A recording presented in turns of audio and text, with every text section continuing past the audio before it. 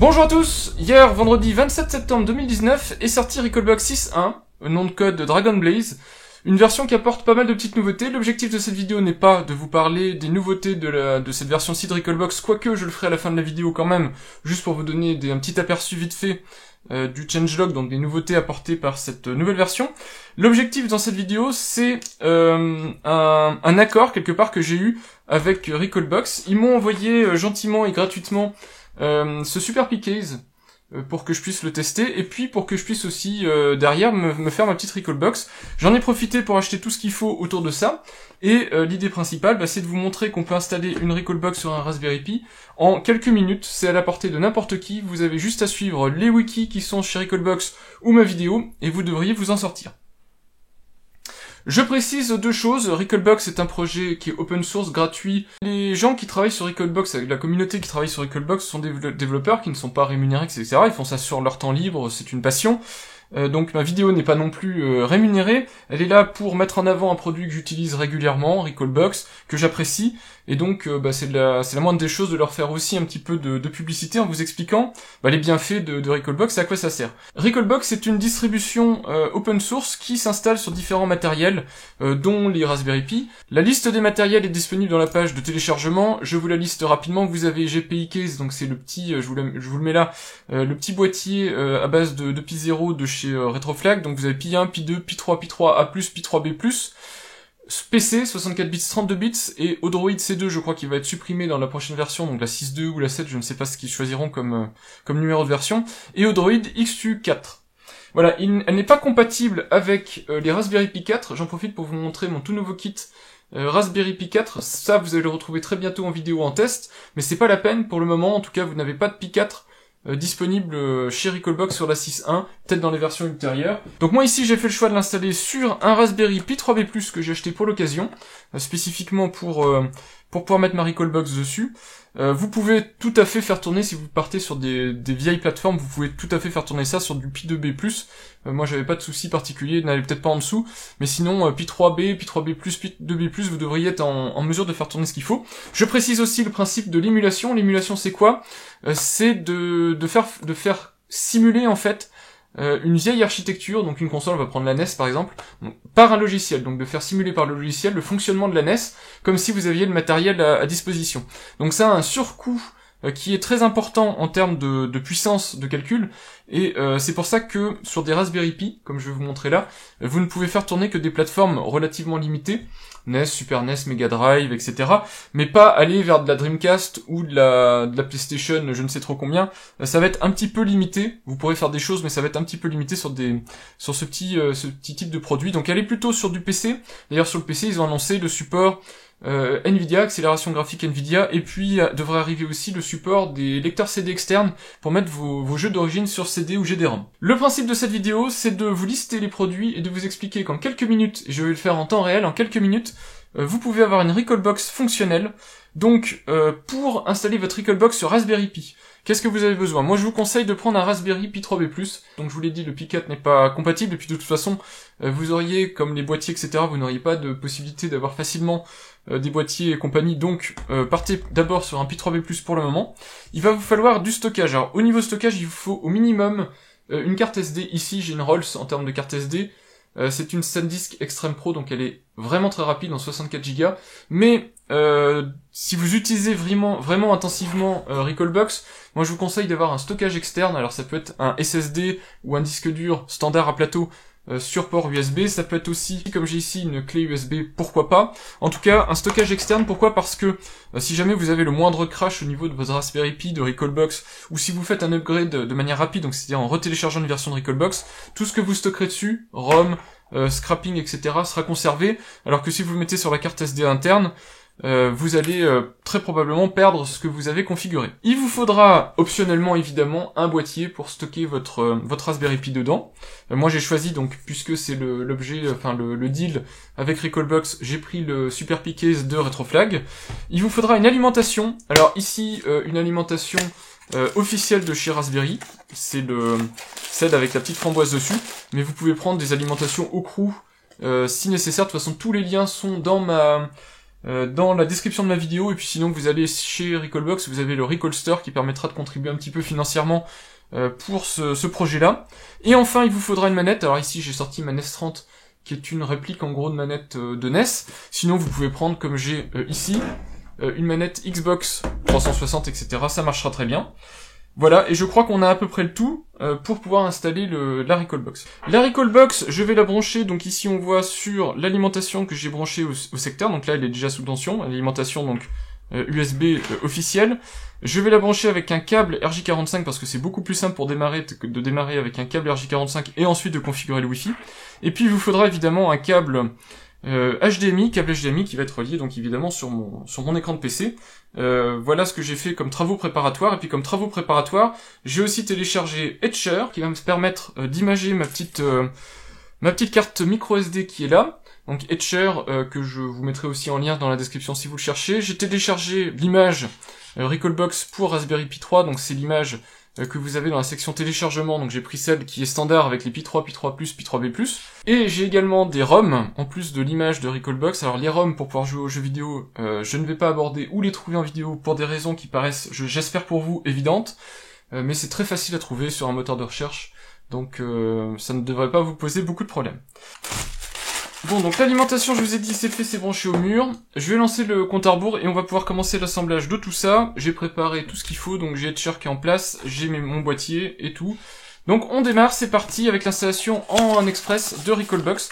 Donc je vais faire le montage du boîtier. C'est vrai, j'aime Recalbox. Donc le boîtier NES Pickez, enfin Super Pickez, pardon, vous le retrouverez en test sur ma chaîne puisque je l'ai déjà testé en long, en large, en travers. Il est fourni avec tournevis et vis, et puis il y a tout ce qu'il faut pour installer un Raspberry. Alors si possible, vous prenez le Raspberry Pi 3B+, comme je vous l'ai dit. Alors c'est très facile, il y a deux choses à faire. Vous branchez d'abord ici les deux ports USB qui sont au bout, donc pour pouvoir récupérer les ports USB façade, et vous branchez le GPIO sur les pins qui sont là.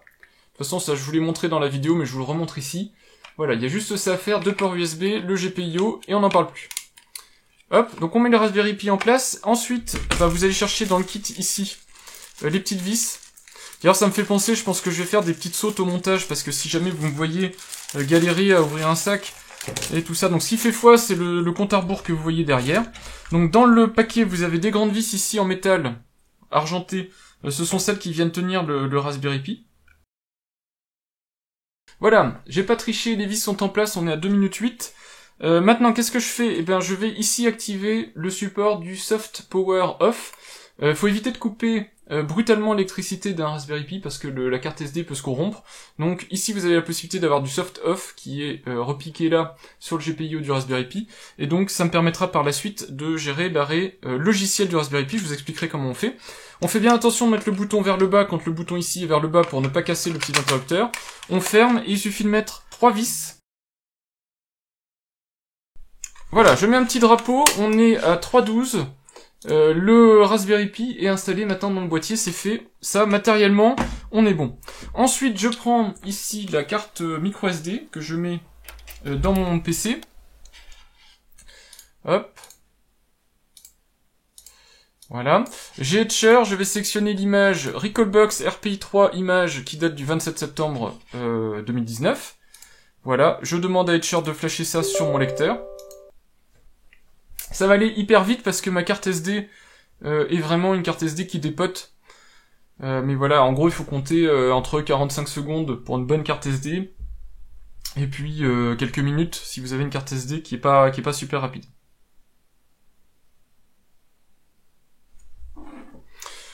Donc on en est à 4 minutes. Je pense que là, il va rester... déjà, je vais être dans Recalbox dans pas très longtemps. J'aurai plus qu'à brancher ma manette, donc je vais commencer à préparer la manette, et Recalbox en soi sera opérationnel, il restera à mettre des jeux, et puis on sera bon. Donc je prépare ma manette. Donc vous pourrez facilement battre mon record, hein, enfin mon record entre guillemets, mon temps, puisque l'objectif c'est pas de faire le record du monde, c'est de vous montrer que voilà, en moins de 10 minutes, vous avez une platine que vous pouvez brancher sur votre télé et qui sera fonctionnelle. Donc deuxième étape de Etcher qui est en train de valider, ma manette est prête. La manette, j'ai oublié de le préciser, c'est une manette Bluetooth que j'ai là, la NES 30, c'est une manette Bluetooth, mais je vais la brancher avec un câble USB.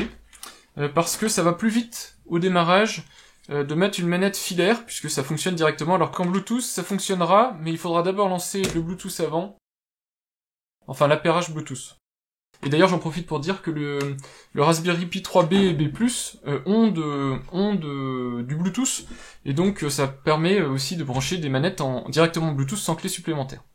Ne formatez pas, si ici on vous demande de formater le nouveau lecteur qui a été créé, ne le formatez pas, c'est parce que la partition qui est sur la carte SD que je viens de flasher ici n'est pas reconnue par Windows, donc il vous dit qu'il faut la flasher. Je suis en train de me rendre compte que mes vis ne tiennent pas des masses. J'ai le boîtier qui est franchement ouvert ici alors que j'ai bien serré toutes les vis, c'est bizarre. Donc, on met la carte SD ici, on voit l'écriture aller vers le bas, on la glisse dans le Raspberry Pi à travers le boîtier. Je branche ma manette, et puis on va y aller avec branchement du câble RJ45. Câble RJ45, hop. De l'HDMI, et puis de l'alimentation évidemment.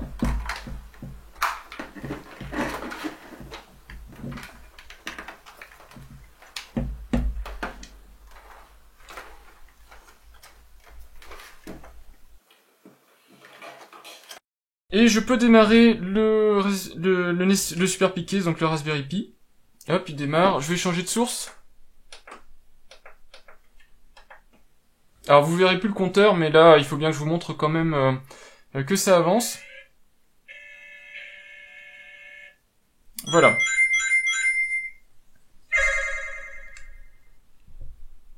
Donc là quelque part elle est déjà fonctionnelle, je pourrais arrêter le compteur, mais il reste à mettre des ROM et tout, donc je compte ça dans le temps d'installation. Et puis c'est son premier démarrage, donc elle est un petit peu plus longue que d'habitude. Donc actuellement c'est l'image du 25 septembre.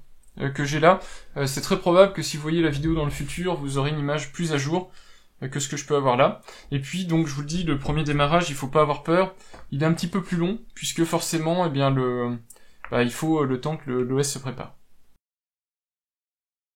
Voilà, donc là on est bon. Je vais couper le son. Alors déjà, oui, il faut activer la manette. Donc ici, j'ai appuyé sur une touche, elle est branchée en USB, je vous ai dit. Donc je reste appuyé sur A. Donc c'est une S30. Et puis ensuite on appuie sur les touches, donc haut, bas, gauche, droite. J'ai pas de deuxième joystick, donc j'appuie sur bas. Voilà. Ensuite, A, B, X, Y, Start, Select, Left, Right. J'ai pas de bouton L2, R2, donc j'appuie toujours sur bas, j'ai pas. Et hotkey, je vais mettre Select, parce que j'ai pas de bouton pour hotkey.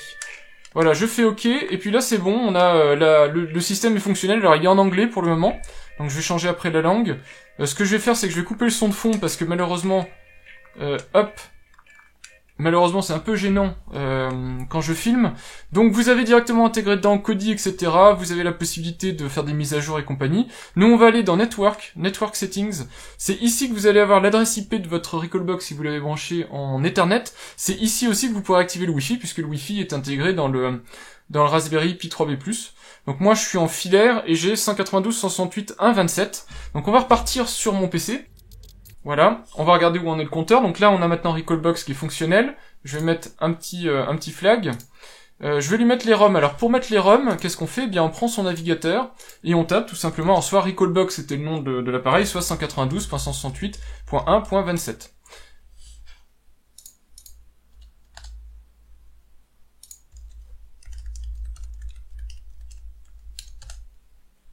Voilà, je suis sur Recalbox Manager. Je vais pouvoir y mettre des ROM, etc. Mais moi, ce que je voudrais faire, c'est aller dans recalbox.conf, et dans recalbox.conf, je vais décommenter ici la gestion du GPIO pour avoir le soft reset, etc. Je vous montrerai après comment ça marche. Donc j'ai juste désactivé cette ligne-ci. De toute façon, je capture, donc vous pourrez voir. Et puis c'est là aussi où vous pourrez aller ici dans Screenscraper Account. C'est là où vous devez mettre votre compte Screenscraper si vous voulez éviter d'avoir les limitations diverses et variées. Voilà, donc ça j'ai sauvé, c'est bon. Il faudra que je passe aussi le système en français. Je sais pas si on peut le faire directement. Je crois pas qu'on puisse le faire directement depuis l'interface web. Je crois qu'il faut le faire depuis oui, je crois qu'il faut le faire depuis la Recalbox directement. L'autre chose que je vais faire, c'est qu'on va se rendre aussi ici sur 192.168.1.27 depuis votre explorateur de fichiers.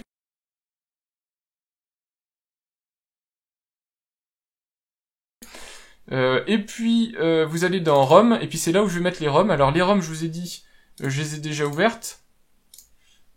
Les voici, donc je vais mettre en Neo Geo, hop, je vais mettre Astérix. En NES, je vais mettre le fameux Mario Bros, Super Mario Bros 3, qui est probablement un de mes jeux préférés, tout simplement parce que c'était le jeu auquel je jouais quand j'étais petit. Sur Mega Drive, ici je vais mettre Outrun, et sur Neo Geo, qui est ma console de rêve de quand j'étais petit, je vais mettre, alors Spin Master, mais je crois qu'il ne marche pas, et Astérix.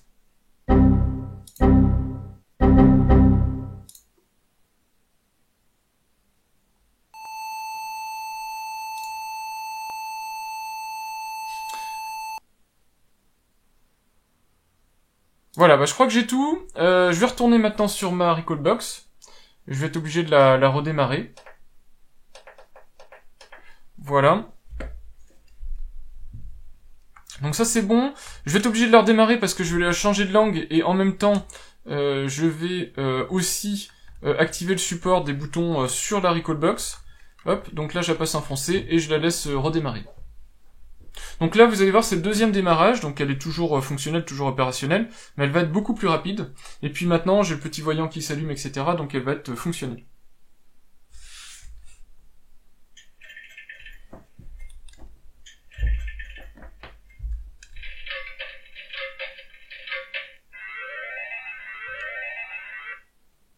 Voilà, donc vous voyez, c'est ultra rapide à démarrer, donc on va aller... Alors, je pourrais faire ici du scrapping, donc je vais vous le lancer juste pour le plaisir, mais je crois que ça ne va pas fonctionner. D'ailleurs, il faudrait que je vois sur le forum, j'ai un petit souci, je sais pas pourquoi le scrapping ne marche pas avec mon compte Screen Scrapper, ou sans d'ailleurs, il ne marche pas depuis la platine. Je sais pas pourquoi. Bon, la preuve, c'est que la Recalbox vient de freezer, donc c'est pas grave, je vais la redémarrer. Bon, je vais même la redémarrer comme un sauvage parce que le soft off ne marche pas, je crois qu'elle a vraiment figé. Donc ça faut éviter de faire, c'est exactement ce qu'il faut éviter de faire. Arrêter comme ça brutalement une Recalbox, c'est mauvais.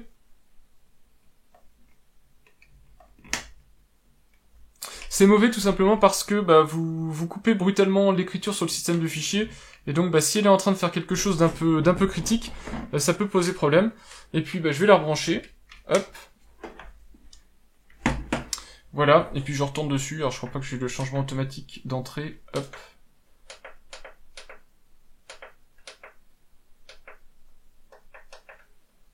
Voilà. Donc là maintenant, le lanceur type Dreamcast. Donc le scrapper, je sais pas pourquoi il pose problème, je sais pas si c'est un bug, si c'est moi qui ai mal fait quelque chose. C'est pas grave, donc on va aller dans Nintendo, et puis je vais lancer Super Mario Bros 3. Donc tout ça pour dire que depuis tout à l'heure, en fait, je peux jouer si j'ai envie, y a pas de souci. Voilà. Donc vous voyez, là en termes de temps, enfin je vais lancer la partie, on regardera le temps après, mais même sans tricher, je suis à 10-15 minutes en ayant assemblé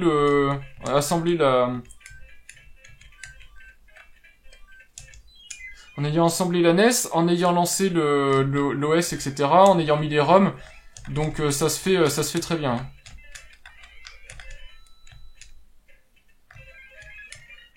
Voilà, après ça, c'est une émulation très très propre. Moi, c'est ce que j'aime chez Recalbox, c'est que c'est vraiment qualitatif en termes d'image, etc. C'est assez proche de la console d'origine. Il y a vraiment quelque chose de sympa. Là, je sais pas ce que j'ai fait, mais bon. Par contre, donc, j'ai du coup le boîtier qui fonctionne ici. Donc, si j'appuie une fois dessus, je peux réinitialiser en soft-off avec le bouton reset.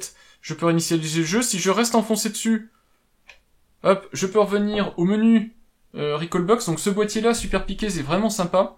Donc, qu'est-ce que je vous ai dit que j'avais mis? Donc, on a également de la Neo Geo ici. Donc, je vous lance Astérix. Juste pour vous montrer comme ça que ça fonctionne plutôt bien.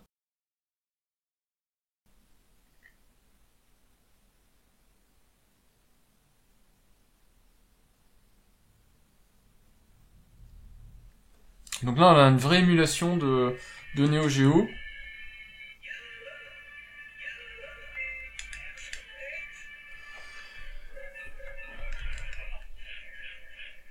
Alors évidemment, tous les graphismes se règlent, hein, si vous voulez avoir à peu près l'image de l'époque, vous pouvez aussi diffuser sur CRT, etc., si nécessaire.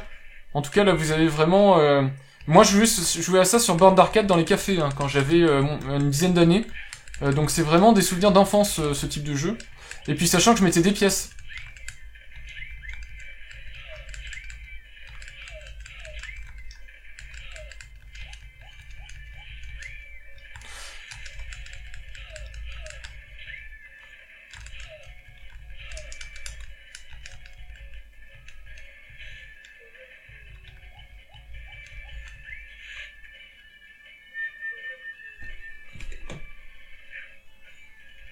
Autre chose, une dernière chose que je vais vous montrer d'ailleurs, c'est aussi que si vous allez dans le menu, alors vous pouvez même le lancer automatiquement, vous avez la possibilité de lancer Kodi, Kodi qui est le lecteur multimédia, donc d'ailleurs ce sera intéressant quand ils passeront au Raspberry Pi 4, puisque là vous pourrez lancer du contenu Ultra HD, etc. avec votre Raspberry Pi 4, mais là Kodi tel qu'il est fourni, déjà c'est une version très récente, et en plus vous pouvez diffuser sans problème des films en Full HD, sur votre téléviseur, donc votre platine Recalbox peut aussi servir de diffuseur Kodi. Et puis je vous rappelle que j'ai fait une vidéo complète sur Recalbox sur Kodi.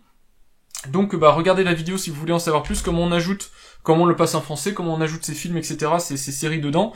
C'est pas l'objet de cette vidéo que de le faire.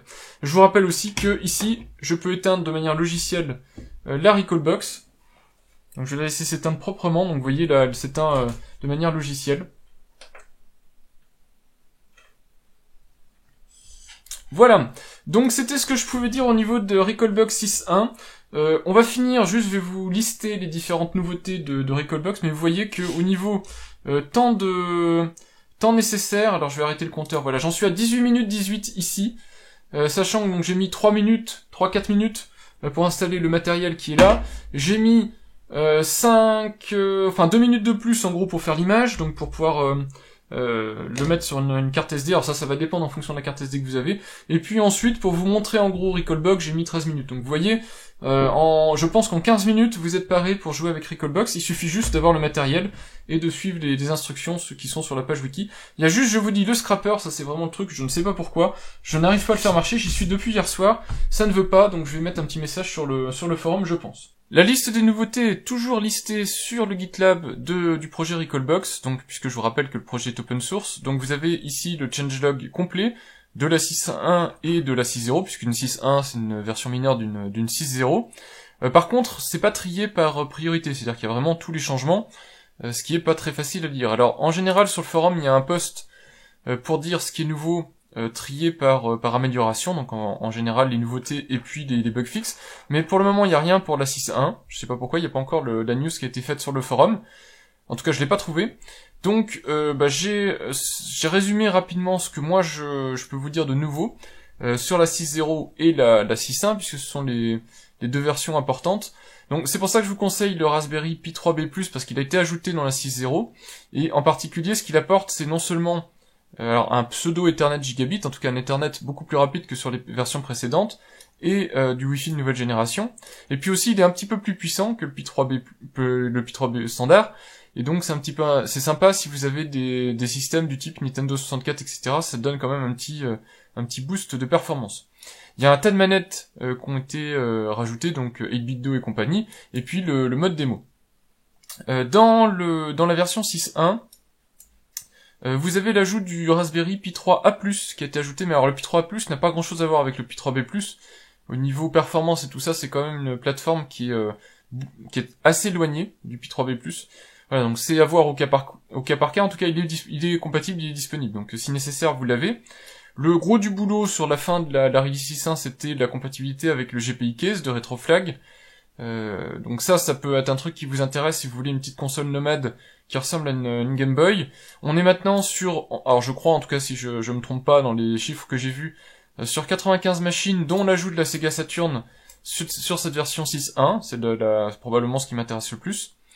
La mise à jour de RetroArch a permis d'ajouter deux projets que j'aurais aimé vous montrer, mais j'ai pas eu le temps de l'intégrer directement dans cette vidéo, mais vous pouvez regarder sur les vidéos officielles de Recalbox, vous le verrez. Donc vous avez 10 projects qui permettent de brancher un lecteur de CD sur votre petite installation, et qui permet de jouer avec les jeux officiels, ce qui permet contourner certaines limitations quelque part du rétro gaming en contournant la loi dans certains pays ou en utilisant des ROM de jeux alors que vous avez les jeux originaux. Donc là vous pouvez directement jouer avec vos jeux originaux, ce qui est pas plus mal.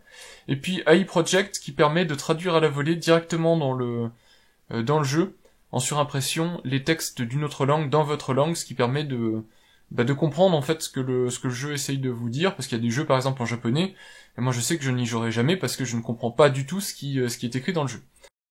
Donc pour vous expliquer comment ça marche, voilà l'exemple de Actraiser avec l'AI service de la statuette de RetroArch. Donc vous entendez que le jeu vous parle, évidemment, ça n'existe pas dans la version d'origine.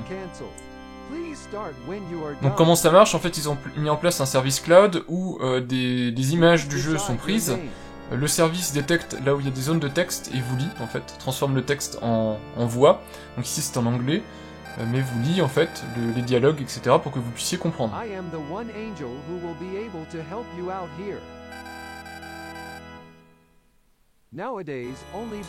Et ça marche particulièrement bien, surtout dans les séquences où il y a des petits dialogues, typiquement là où si vous parlez pas japonais, etc. faut sortir le dictionnaire. Et l'autre alternative c'est le mode image, qui lui vient mettre en surincrustation le texte traduit. Donc comme ça vous pouvez comprendre ce qui est écrit, sans quelque part dénaturer l'aspect originel du jeu. Voilà, et puis un ajout que j'ai pas mis, c'est aussi le fait que vous avez maintenant le scrapping avec les vidéos. Donc vous pouvez voir, en fait, vous pouvez avoir une prévisualisation du jeu, du gameplay du jeu, pendant que vous traversez votre liste de jeux. Ça peut être assez intéressant pour savoir de quoi un jeu parle si vous commencez à avoir des grosses bibliothèques. Voilà, c'était donc ma vidéo de présentation de Recalbox. Merci à l'équipe de Recalbox, et en particulier à Fabrice d'avoir envoyé cette super piqueuse pour que, entre autres, je puisse profiter de ma Recalbox dans un boîtier assez joli, assez élégant. J'aime bien hein, ce boîtier, il est franchement sympa, très très bien fichu. Le seul souci que je vois moi, alors là je perds la petite trappe, le seul souci que je vois moi, c'est le fait qu'il est mal ventilé, je trouve. C'est le seul point négatif que je lui trouve. Le reste est vraiment bien fait, et puis le soft power, ici le soft power off, et le bouton reset qui permet de réinitialiser le jeu et de revenir au menu racine de Recalbox, c'est franchement génial. Voilà, donc j'espère que vous aurez découvert ou redécouvert Recalbox, que vous aurez toutes les informations nécessaires pour l'installer. Puis moi je vous dis à bientôt pour de prochaines vidéos et de prochains tests, entre autres du Raspberry Pi 4, puisque c'est ce qu'on va aborder dans le mois qui arrive, donc au cours du mois d'octobre, je vais me lancer dans le test du Raspberry Pi 4. Au revoir!